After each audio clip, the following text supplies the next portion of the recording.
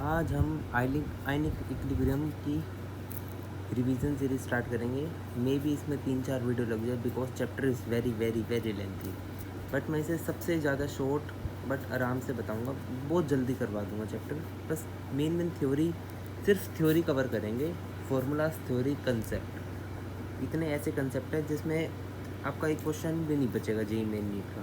Advance को कह नहीं सकते बिकॉज उनके मल्टीपल कंसेप्ट मिक्स होते हैं। तो आयनिक इक्विलिब्रियम की स्टार्ट करते हैं। आयनिक इक्विलिब्रियम में सबसे पहले हम पढ़ेंगे कुछ सब्सटेंसेस के बारे में जो इस चैप्टर में है। सबसे पहले हेडिंग लो इलेक्ट्रोलाइट्स। इलेक्ट्रोलाइट्स क्या चीज़ है? जो ब्रेक डाउन होए और कंडक्ट करे इलेक्ट्रिसिटी को। इलेक्ट्रोलाइट्स जो ब्रेक डाउन हो जाए पानी में, जब हम उसे हाइड्रोलाइज करें अपने आयंस के अंदर और कंडक्ट करें इलेक्ट्रिसिटी को, उसे हम कहेंगे इलेक्ट्रोलाइट। एंड नॉन इलेक्ट्रोलाइट मतलब जो ब्रेक डाउन ना हो, जैसे ग्लूकोज, यूरिया, सारे ऑर्गेनिक कंपाउंड, सक्रोस वगैरह वगैरह, इनको हम कहते हैं नॉन इलेक्ट्रोलाइट्स। इतनी बात समझ में आई। जो हमारे इलेक्ट्रोलाइट्स होते हैं वो दो टाइप के होते हैं। एक तो होता है स्ट्रॉन्ग इलेक्ट्रोलाइट, एक होता है वीक। स्ट्रॉन्ग में आगे जैसे strong acid, strong base and salts. Strong acids में एग्जांपल ले लो HCl, स्ट्रॉन्ग बेस में एग्जांपल ले लो NaOH, और सोल्ट्स में एग्जांपल ले लो NaCl, या फिर weak salt, weak base salt, मतलब कोई भी सोल्ट। वीक इलेक्ट्रोलाइट्स में एग्जांपल ले लो आप weak acids, weak base. Weak acids मतलब जैसे कि acetic acid CH3COOH। Weak base यानी एक बेस जैसे कि NH4OH, ये एक वीक बेस का एग्जांपल है। ये सारे वीक इलेक्ट्रोलाइट्स हैं, ये है स्ट्रॉन्ग।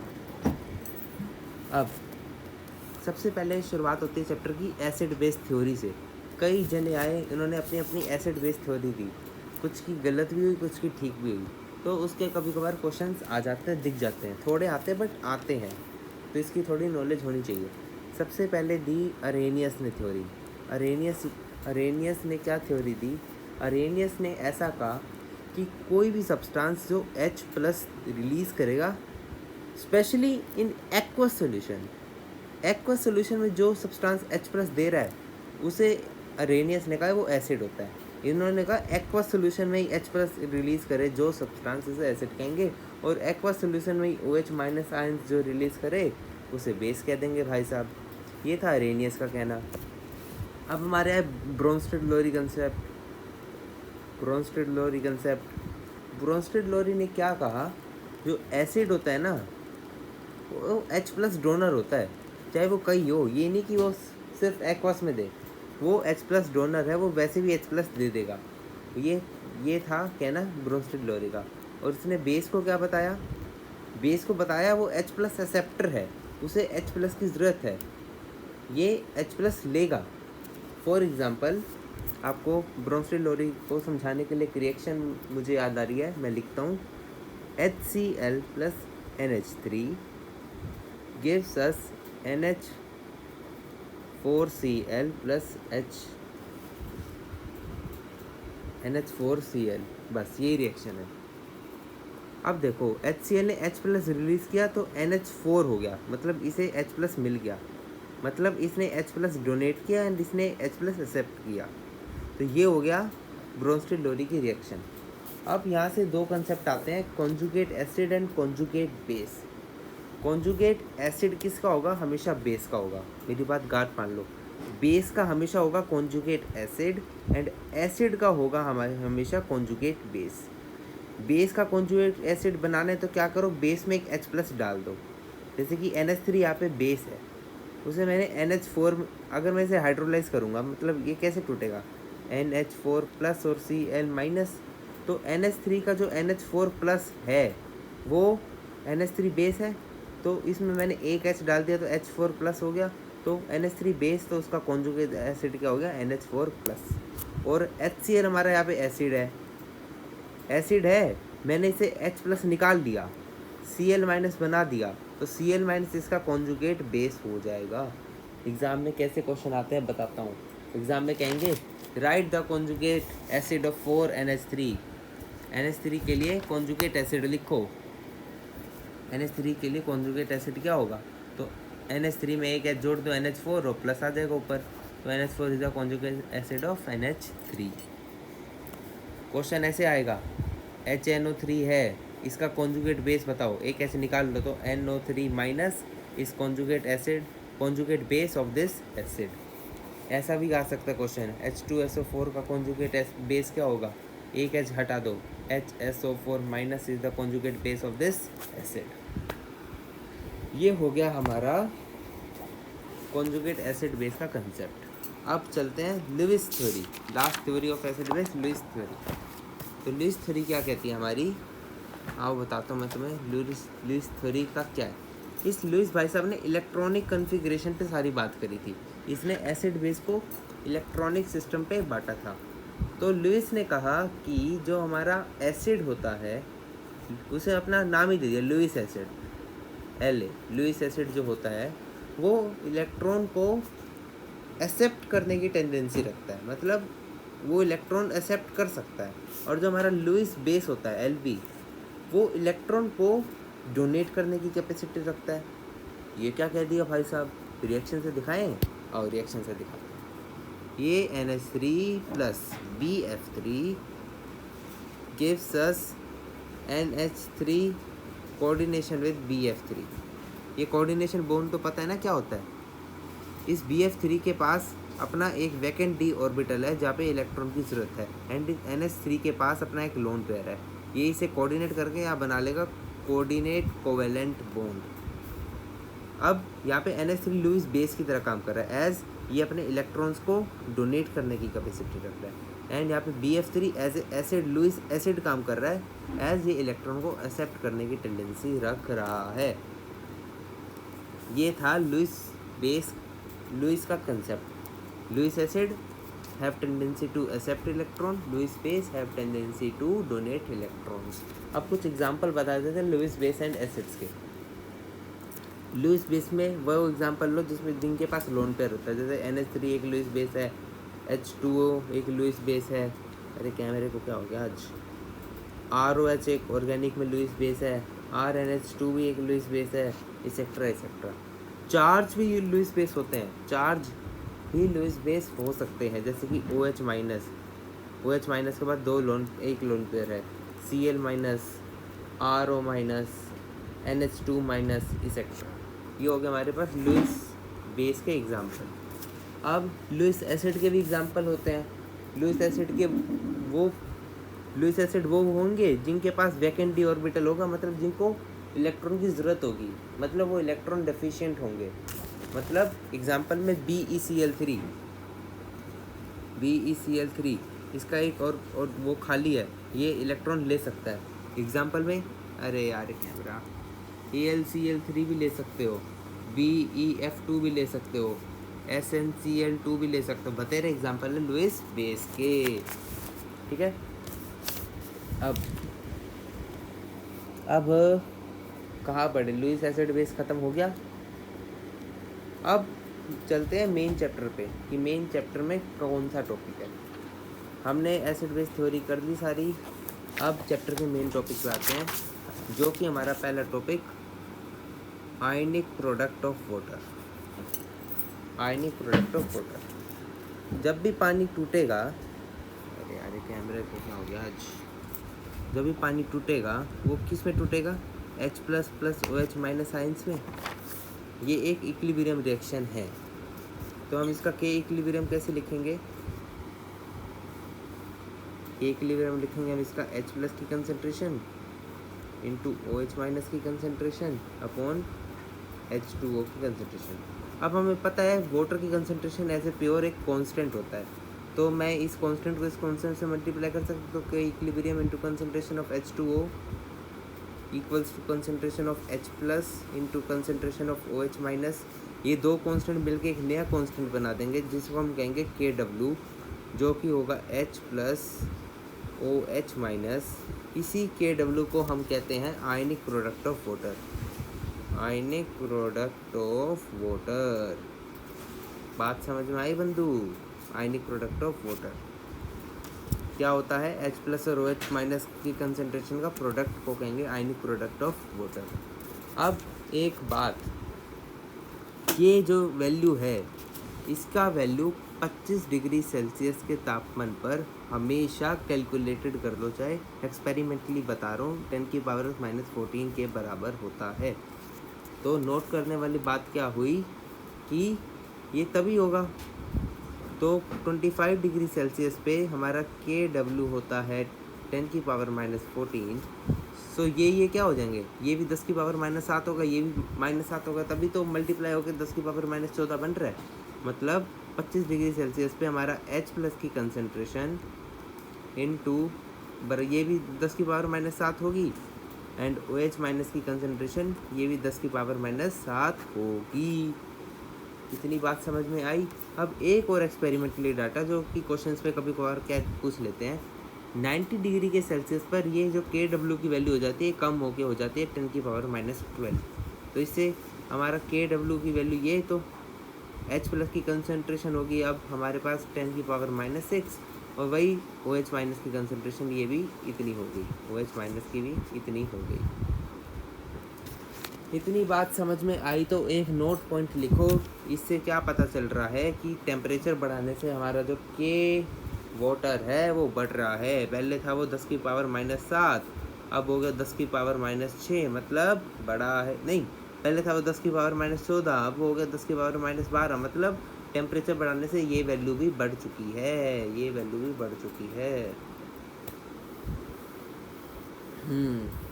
अब नेक्स्ट टॉपिक पे आते हैं, मोलैरिटी ऑफ वाटर। ये भी एक डाटा है, इसे निकाल सकते हो आप कि 1 लीटर में पानी की मोलैरिटी कितनी है। तो 1 लीटर में 1000 ग्राम होते हैं, तो 1000 ग्राम को आप मोल्स में कन्वर्ट करोगे तो आएगा 55.5। और मोलैरिटी क्या लिखते हैं, मोल्स बाय वॉल्यूम। तो मोल्स आके इतने, वॉल्यूम है 1 लीटर, तो वाटर की मोलैरिटी क्या होती है 25 डिग्री सेल्सियस पे, 55.5 मोल्स पर लीटर। ये बात याद रखनी है, ठीक है।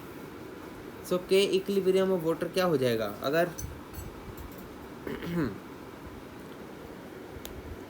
तो के इक्विलिब्रियम क्या हो जाएगा, के इक्विलिब्रियम क्या होता है, H+ OH- अपॉन H2O।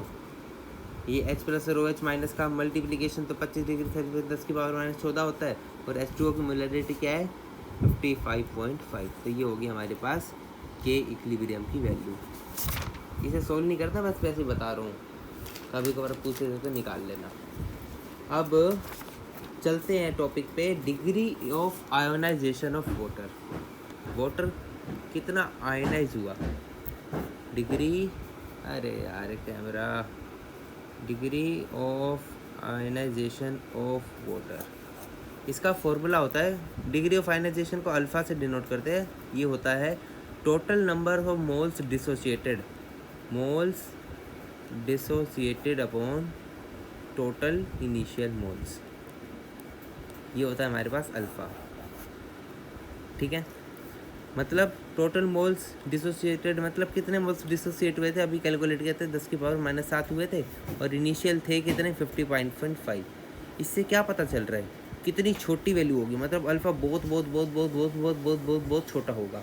अगर अल्फ़ा बहुत बहुत बहुत बहुत छोटा है, इसका मतलब वो बहुत कम आयोनाइज हुआ है। अगर वो बहुत कम आयोनाइज हुआ है, मतलब मैं इसे कह सकता हूँ बहुत ज़्यादा बहुत बहुत बहुत कम वीक इलेक्ट्रोलाइट है।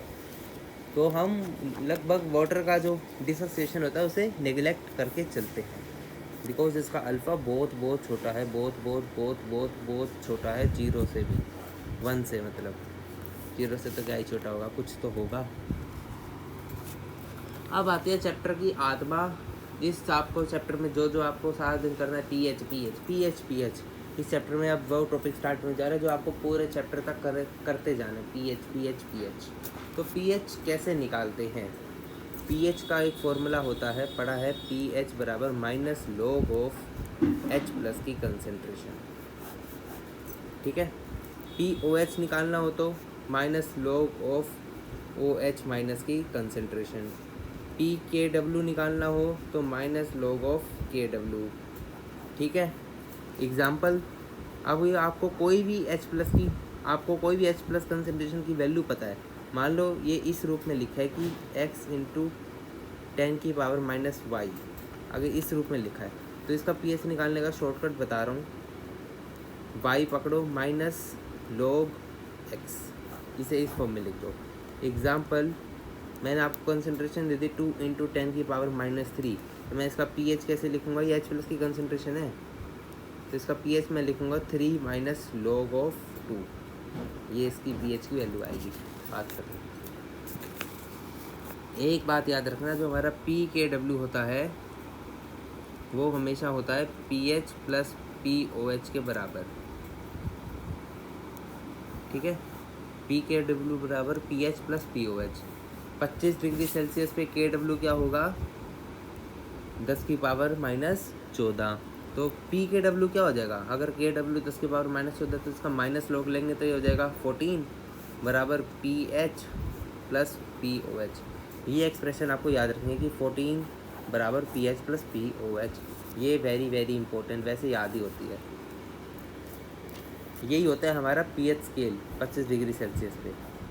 0 से जो 14 pH स्केल होता है ना, ये यही होता है, जिसमें 7 न्यूट्रल होता है, 7 से पीछे वाले सारे एसिडिक होते हैं, 7 से आगे वाले सारे बेसिक होते हैं, ठीक है। अब 2 सेकेंड पानी पी लें।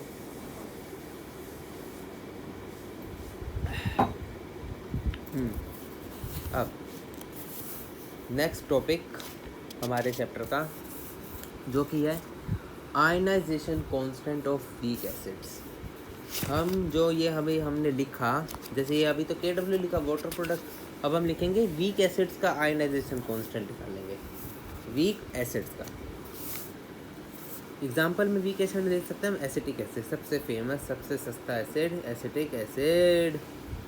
ये कैसे टूटेगा अगर हम इसे पानी में डालेंगे, कुछ तो डिसोसिएट होगा, ये होगा CH3COO + H+। तो इसका K इक्विलिब्रियम कैसे लिखेंगे, इसका कंसंट्रेशन अपॉन इसका, अपॉन में इसका इंटू इसका, तो लिखेंगे हम CH3COOH नहीं minus into concentration of H+ upon में concentration of this into this,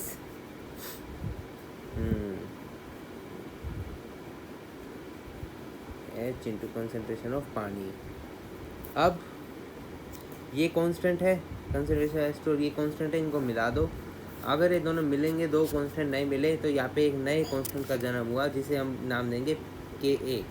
K क्या है, ionization constant for weak acid.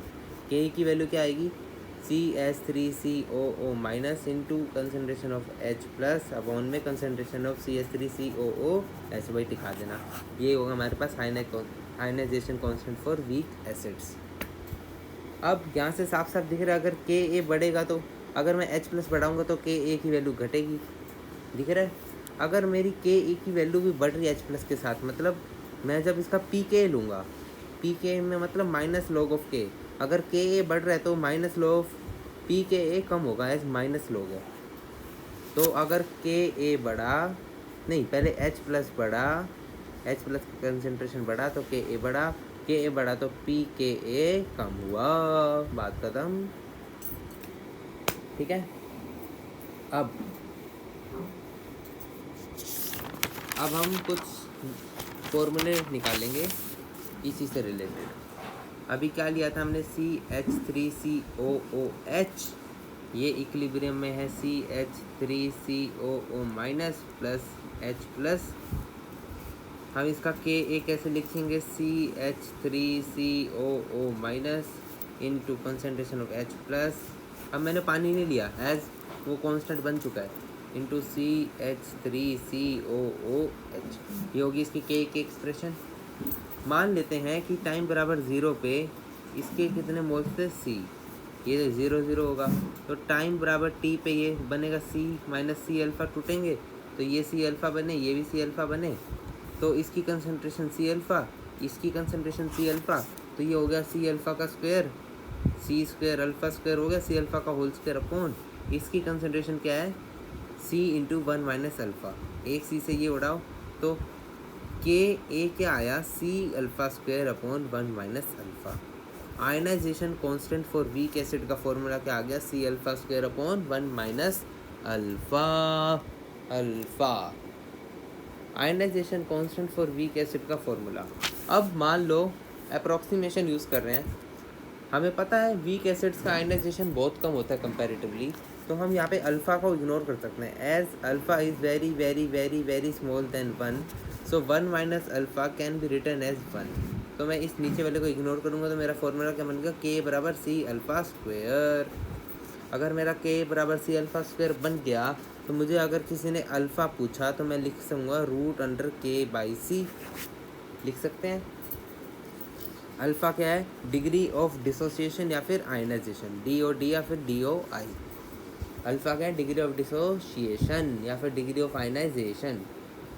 अब अगर आपसे कुछ डायरेक्ट पूछे H प्लस की कंसनट्रेशन बताओ, अल्फ़ा आपको दे रखा है, ठीक है, और आपको वो भी दे रखा है, क्या कहते हैं, आयनाइजेशन कांस्टेंट भी दे रखा है, के भी दे रखा है, अल्फ़ा भी दे रखा है, और आपसे पूछा है कि उसकी वैल्यू बता दो हमें H प्लस की कंसनट्रेशन की।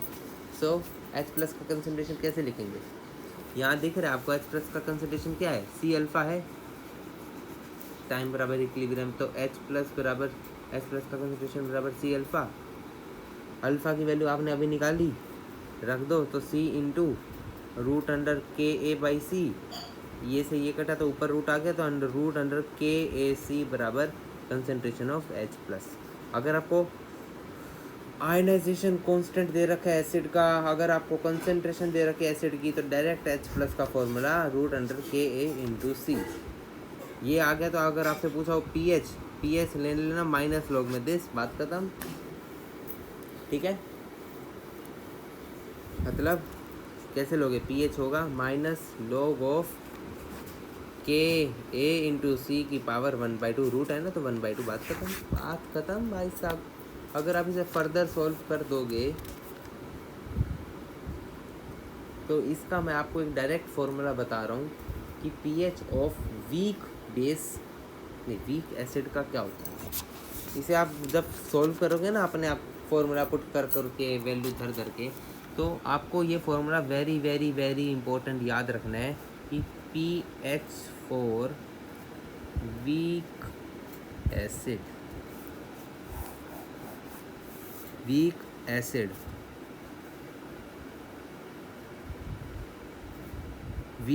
एसिड का pH क्या होगा, pH बराबर याद रखना formula half of pKa minus half log C,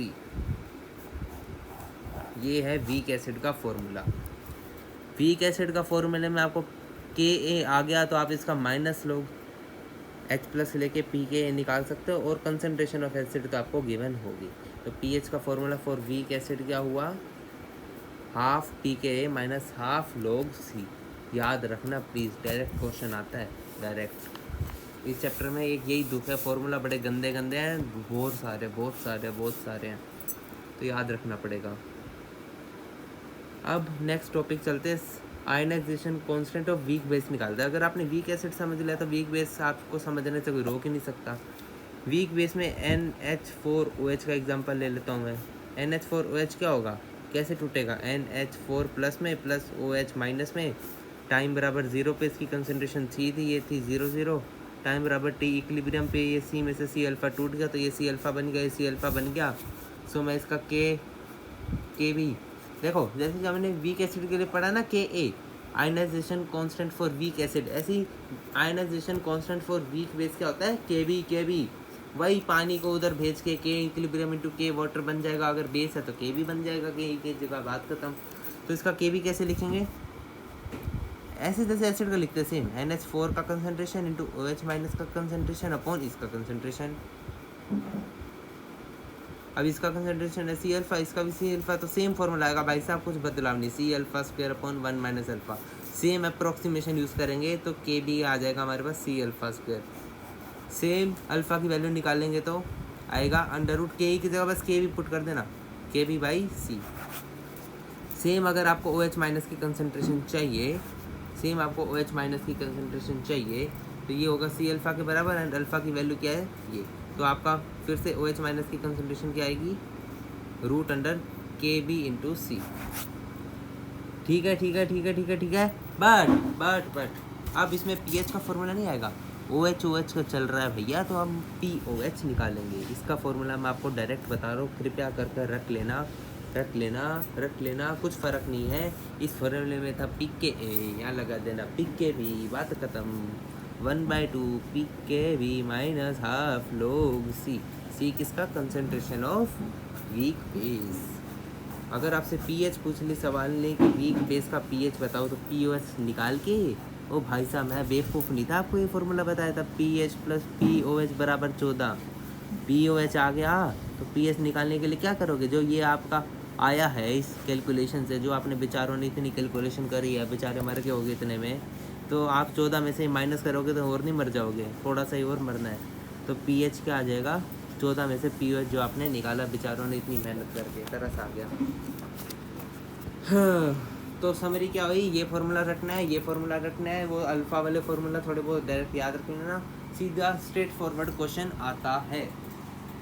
अब भाई साहब चैप्टर का नेक्स्ट टॉपिक देखते हैं, कराऊँ या ना कराऊँ। हाँ, एक टॉपिक और कराता हूँ, उसके बाद मेजर टॉपिक दूसरा स्टार्ट हो जाएगा बिल्कुल अलग, वो नेक्स्ट वीडियो में करेंगे। तो एक टॉपिक है relation between K A and K W. K A मतलब ionisation constant for acid, and K B वही relation between K A, K B and K W. ये ionisation constant for weak acid, ionisation constant for weak base and ionic product of water के बीच में एक straight forward relation है। क्या है? के ए इंटू के बी बराबर के डब्ल्यू। याद रखना, याद रखना, याद रखना। 25 डिग्री पे के डब्ल्यू की वैल्यू 10 की पावर माइनस 14, 90 डिग्री पे के डब्ल्यू की वैल्यू 10 की पावर माइनस 12। ये दे देंगे, ये दे देंगे, ये पूछेंगे, ये दे देंगे, ये दे देंगे, ये पूछेंगे, ऐसे ऐसे करते रहेंगे सवाल वाले। रिलेशन पता होगा बना लोगे, वरना नहीं। तो नेक्स्ट टॉपिक पढ़ेंगे common and effect in next video. तब तक के लिए बाय बाय।